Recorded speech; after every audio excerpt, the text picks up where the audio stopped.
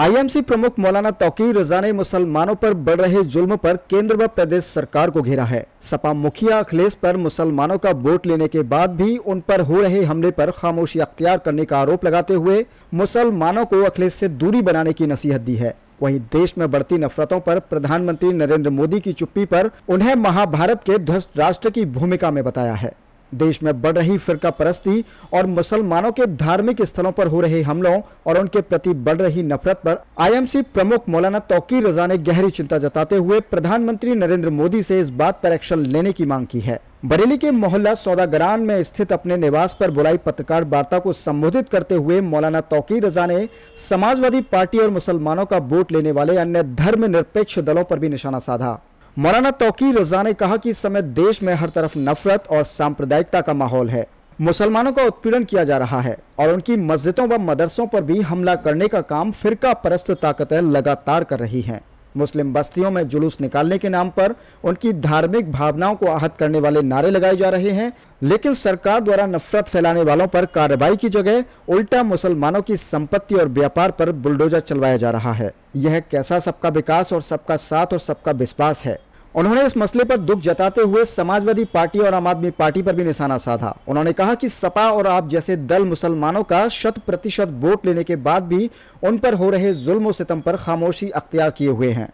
केजरीवाल साहब की, अरविंद केजरीवाल हमारे दोस्त हैं, सरकार उनकी है, लेकिन उनका कहना है कि पुलिस मेरे कब्जे में नहीं है, लेकिन प्रशासन आपका है। प्रशासन के बगैर पुलिस कोई एक्शन कैसे ले सकती है? दिल्ली की हुकूमत की मर्जी और मंशा के बगैर और उनको कॉन्फिडेंस में लिए बगैर अगर कोई वहां कार्रवाई की गई है, किसी किस्म की कार्रवाई की जा रही है, तो वो अपराध है। तो हुकूमत अगर खुद अपराध कर रही है तो इससे बड़ा अन्याय और दुर्भाग्य क्या हो सकता है? तो अखिलेश यादव मूक दर्शक बने हुए हैं। अरविंद केजरीवाल ने सारी जिम्मेदारी केंद्र सरकार पर डाल दी है। तो हम अब किसके पास जाएं, कहाँ जाएं, किसके सामने अपने मसाइल रखें? ख़ास तौर से उत्तर प्रदेश में मैं कहना चाहूँगा कि अखिलेश यादव जैसे नेताओं पर भरोसा जो मुसलमानों ने किया, उसका खमियाजा आज मुसलमानों को भुगतना पड़ रहा है। मैं उत्तर प्रदेश की एकता और अखंडता और देश प्रेम में यकीन रखने वाले तमाम समाजवादी के विधायकों से ये अपील करता हूं कि समाजवादी पार्टी से उन्हें तुरंत इस्तीफा दे देना चाहिए, वरना कल चुनाव आएगा तो तुम मुसलमानों को मुंह दिखाने के लायक नहीं रहोगे।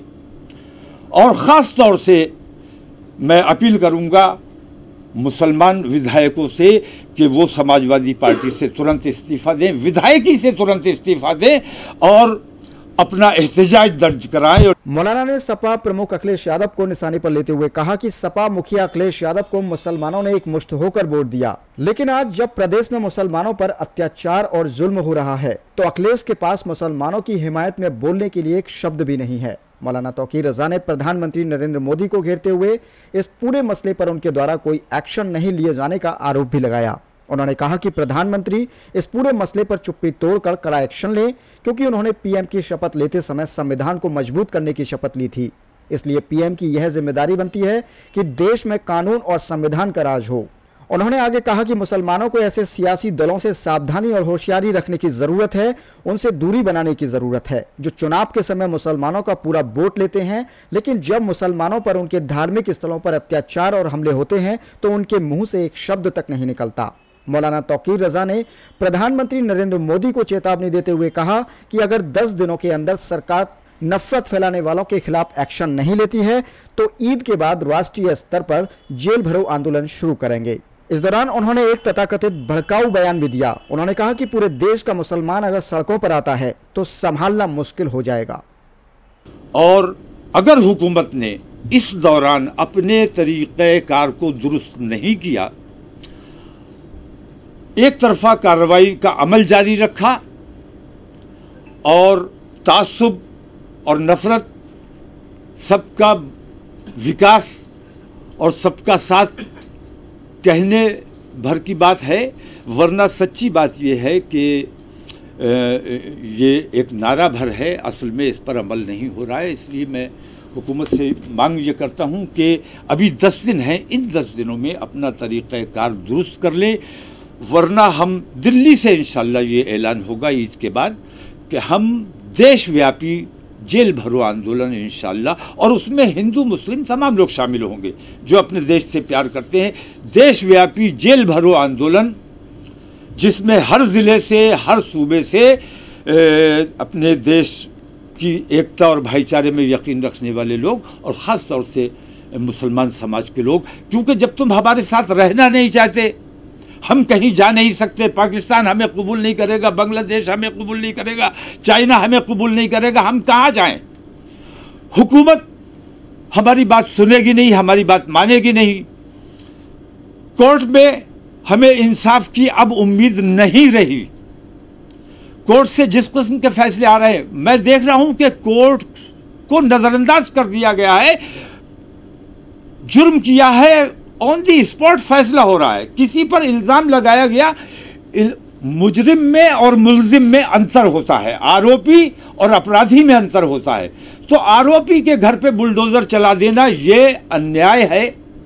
इस किस्म के अन्याय अगर इस हुकूमत में होते रहे तो इस देशव्यापी जेल भरो आंदोलन को रोकना हुकूमत के बस की बात नहीं। और जिस दिन मुसलमान सड़कों पर आएगा उस दिन फिर किसी के कब्जे में नहीं आने वाला है, ये समझ लिया जाए।